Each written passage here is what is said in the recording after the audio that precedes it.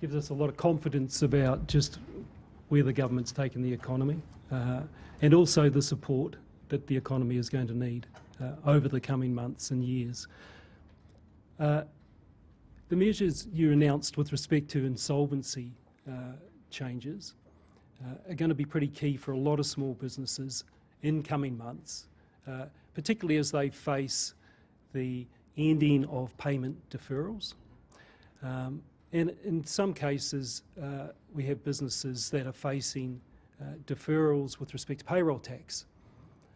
Now, payroll tax seems to make little sense at a time when we're looking to grow jobs in the economy.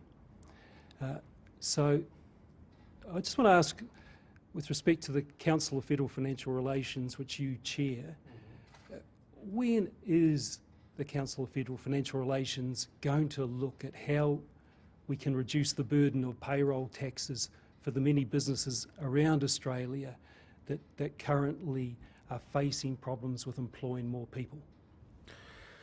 Well, payroll tax, largest source of revenue for state coffers, more than $25 billion a year.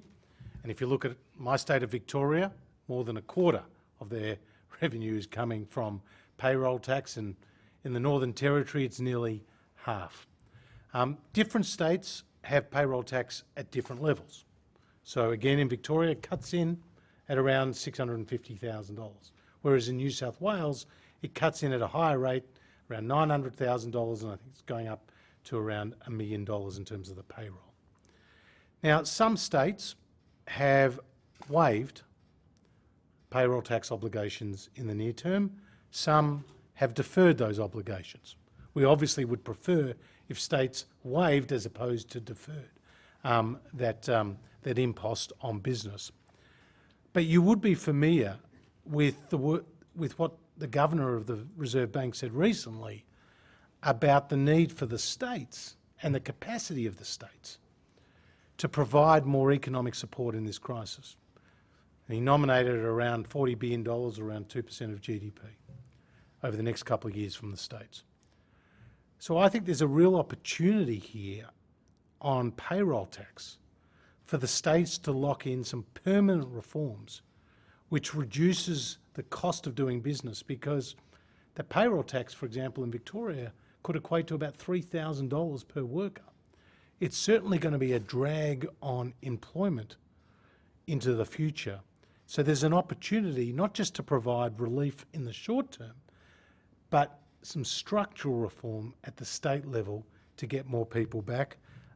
Our focus, because we don't operate payroll tax, that's a state tax, our focus on backing small business has, as you know, been reducing the company tax rate, which will come down to 25 cents in the dollar next year from 26 today, as well as the instant asset write-off, which is provided, and Guy Debelle referenced this in his speech the other day, which is supported investment by small businesses. So we're focused on tax incentives and cutting the company tax rate for businesses.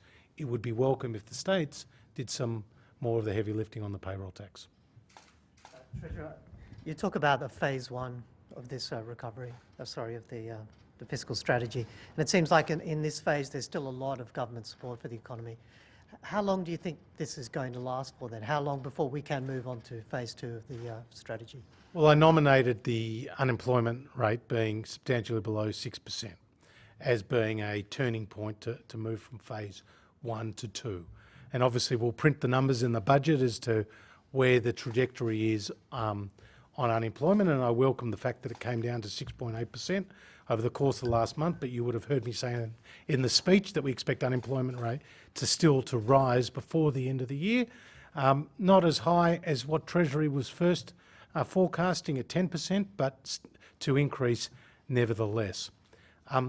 This first phase of the new fiscal strategy will provide this opportunity for the automatic stabilisers to continue to operate.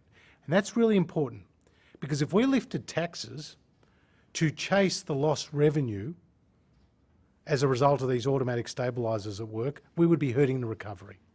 If we cut essential services to make up for the increased payments that are coming from more people on welfare, then we would be hurting our recovery.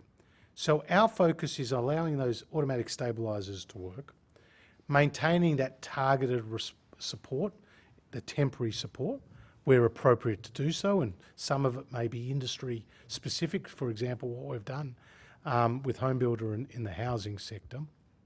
But we're also focused on those structural reforms, and today I announced a very significant one. And tomorrow there'll be another significant structural reform, which doesn't hit the budget bottom line, but which actually improves the economy and strengthens the economy. And it's those supply side reforms which the head of the Productivity Commission, Michael Brennan, was talking about just yesterday. Industrial relations are another element to those supply side reforms. They don't cost the taxpayer, but they deliver for the taxpayer. So that's what we're focusing on. So we believe that this first phase of the fiscal strategy will be very supportive of getting more people back into jobs. You get more people into jobs, you grow the economy, and you therefore improve your budget position. John. Thanks, Treasurer. John Keogh from the Financial Review. You talk about moving from phase 1 to phase 2 once the unemployment rate is comfortably below 6%. That's obviously not going to happen in the next 6, 12, probably even 18 months. Will the budget envisage that point being reached within the 4-year forward estimates period? Again, I'm not going to preempt, John, what numbers will be in the documents for you to read in the lockup in less than 2 weeks' time, but we will print those numbers and it will indicate, obviously, the trajectory on employment. And just a supplementary there, on the debt goal, the nominal value of gross debt's probably likely to hit $1 trillion or exceed it. Am I right in interpreting that actually your focus is not going to be on reducing the absolute dollar level of debt in the medium term, but it's actually just going to be to reduce the debt to GDP ratio? Well, again, as you know, I laid this also out in an earlier press club speech, which is if you can achieve trend growth, which is about 2.5 to 2.75%, with low interest rates and with a balanced budget, you can reduce the proportion of debt to GDP by about 1.5 percentage points a year. Now, ultimately, that will be the goal. But our focus is right now on getting people into work. This is what the budget is all about, getting people back to work. And you'll see a range of measures designed to do that. We cushion the blow. Now we're boosting aggregate demand and putting in place the structural reforms. And once you get into that position where people are back at work and you've got the unemployment rate down below 6%, you can start to move to the next stage of stabilising your fiscal position and ultimately reducing debt to GDP as a proportion. If we were to increase taxes or if we were to cut essential services, it would impede the recovery. It would be the wrong call at the wrong time. Yes. Just in regards to welfare payments and Jobseeker, Anne Ruston said the other week that this could be extended if needed, as much as needed. What does that mean? Is it if unemployment remains at a certain level, further support of that nature will be considered? If state lockdowns happen, further support of that nature will be considered? What are the factors that will be taken into consideration for ongoing support beyond the end of the year? Well, the first thing to say is that the Jobseeker rate, which effectively we doubled the safety net, is still going to remain at that elevated rate until the end of the year. The other change that we've introduced is that income-free area, where we have allowed people to continue to work, lifted to $300, allowed people to continue to work while not affecting their level of support under Jobseeker. We will reassess the situation closer to the end of the year in early December, but the Prime Minister has signalled very clearly that we are leaning in to providing additional support for those who need it into next year, but we'll make that decision at that time. Colin Brinsden, AAP. You're talking about the unemployment rate rising again. Is it a time to be trimming Jobseeker and Jobkeeper? I know you're extending them. I know you're going to answer me with that, but is it a time to actually reducing that rate? Well, it's important to acknowledge that when we legislated originally JobKeeper, it was for a 6-month period. We're now extending it for another 6 months, so it goes out to the end of March, and it does transition over time, as Jobseeker does. We need to achieve labour market mobility. We need to encourage that through the economy. What you'll see in the budget is additional measures, including additional spending measures, which are designed to get those people who are on unemployment benefits today into work. So we are continuing the elevated support for Jobseeker. We've continued JobKeeper for an extra 6 months, the single largest program.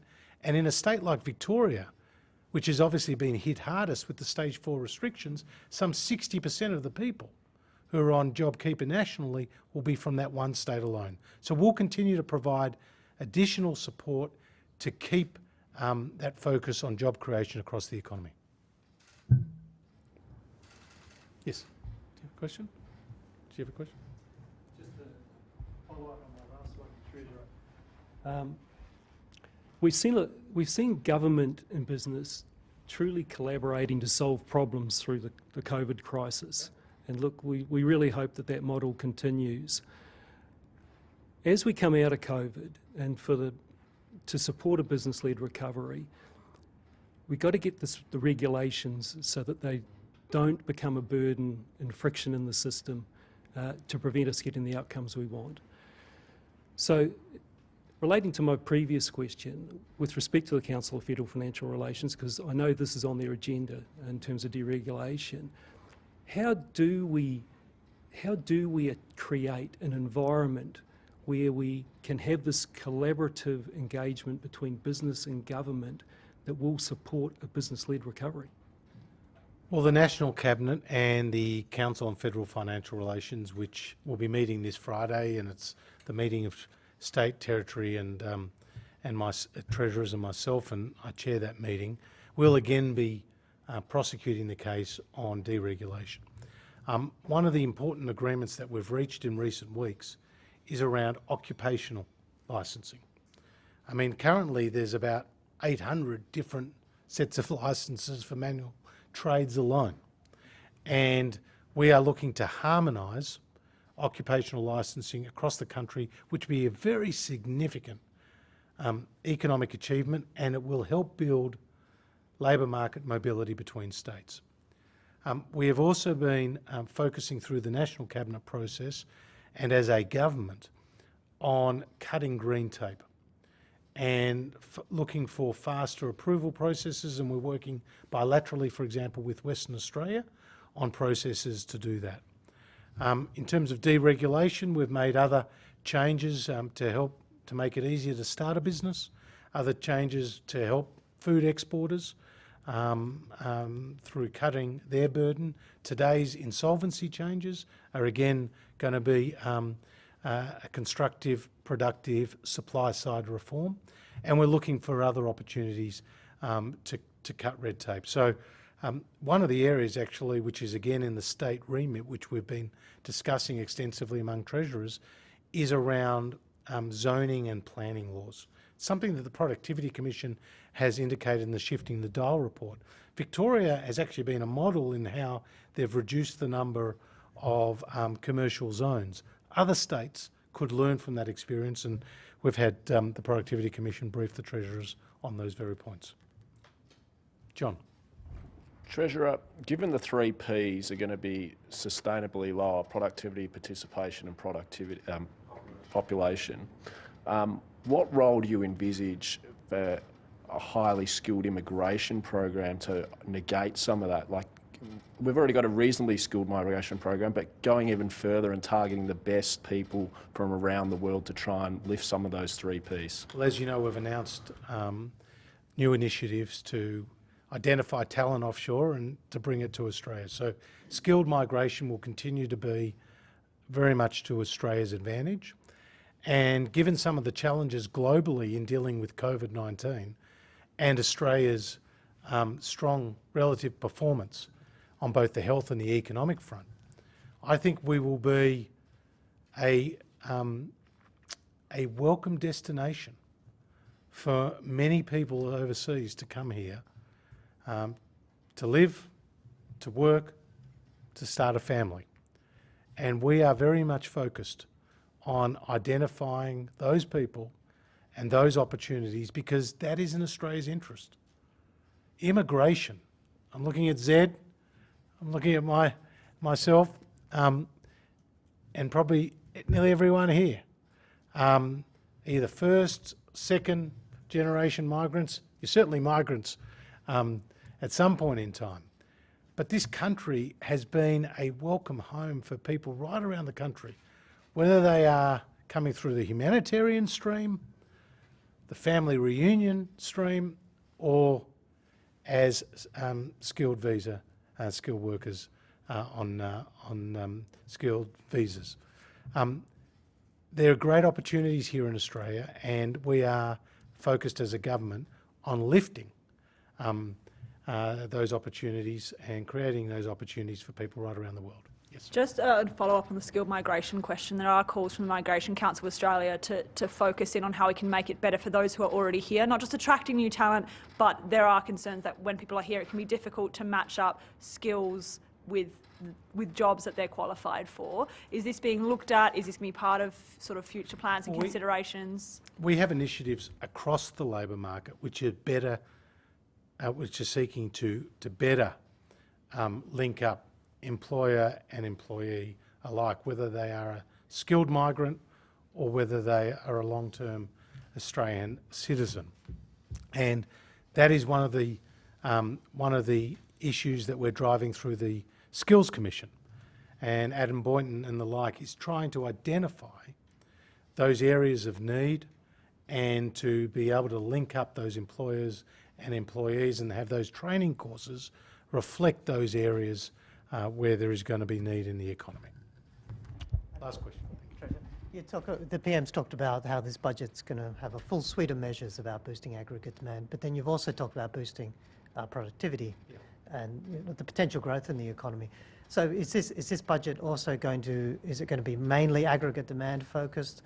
Are you going to try to blend the two in the policies that are revealed in the budget? Look, there will be elements of the budget that go directly to aggregate demand, but they also simultaneously go to productivity, and the perfect example is infrastructure. By investing in the right infrastructure, you can create jobs, but you can also get product from the paddock to the plate a lot quicker. You can move it from the farm to the export market. So there is going to be a real focus in the budget on regional Australia, a real focus in the budget on infrastructure and achieving that goal of boosting productivity. Labour market reform is important. Tax incentives for business to invest is obviously something that we have highlighted. Boosting Australia's investment by business will be very important to our future productivity.